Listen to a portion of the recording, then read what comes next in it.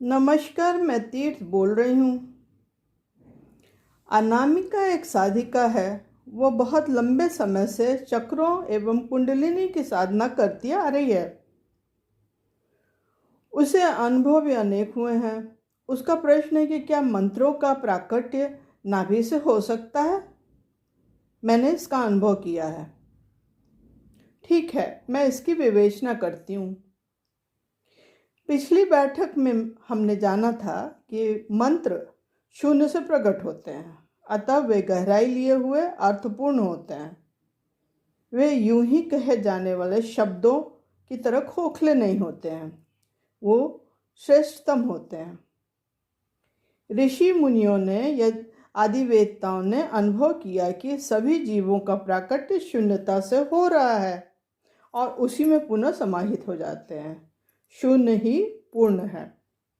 हमारा संयोग उस शून्य के आधार पर ही हुआ है।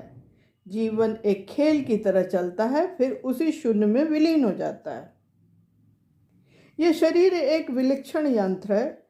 इसकी रचना बहुत ही अद्भुत ढंग से हुई है। वेदताओं ने, जानकारों ने इस विलक्षण यंत्र को समझने की कोशिश बारंबार की है। उन्होंने पाया कि समस्त संभावनाएं उस शून्य में हैं। इस प्रकार वे अद्भुत खोज कर गए। उन्होंने मनुष्य के शरीर में विभिन्न शून्य स्थान खोजे। यदि मनुष्य की उसमें स्थिति हो तो आश्चर्यचकित करने वाले अनुभव सामने आए। अब मैं जो कहने जा रही हूँ उसे ध्यान से सुनो और समझो। उन्होंने पाया कि गहरे ध्यान की अवस्था में मन शून्य में प्रविष्ट हो जाता है। यह शून्य का प्रवेश द्वार हमारे शरीर के अंदर स्थित है। मन यदि उस द्वार से प्रवेश कर ले, वह अपने भारी कवच अर्थात स्थूल शरीर से अलग हो जाता है और मन भी शून्य हो जाता है, मानो वो पिघलकर उसमें मिल गया हो।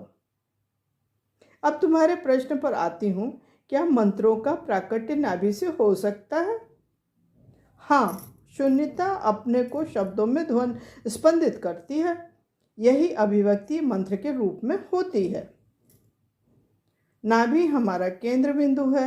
यह संधि स्थल है। यहाँ बहुधाया नाड़ियाँ आकर मिलती हैं। यह शून्यता लिए हुए होता है। शुद्धतम अवस्था में मंत्रों का प्राकट्य हो सकता है। एक आवश्यक बात करती हूँ कि हमारे शरीर में अनेक शून्य बिंदु है और भी है, जिसमें ध्यान की अवस्था में साधक प्रविष्ट होता है। वक्षस्थल का केंद्र, कंठ, मस्तक तथा कपाल इत्यादि में स्थित शून्य बिंदु का ज्ञान संतों को होता है। हम मंत्रों का आविर्भाव कहीं से भी हो सकता है, परंतु उसका आधार शून्यता ही होगा।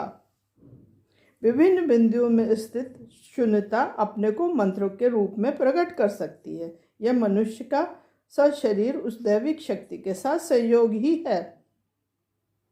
विज्ञान जगत में बड़े बड़े आविष्कार जो महापुरुषों ने किए, वे उसी शून्य अवस्था में गहरे उतरकर ही संभव हो पाए।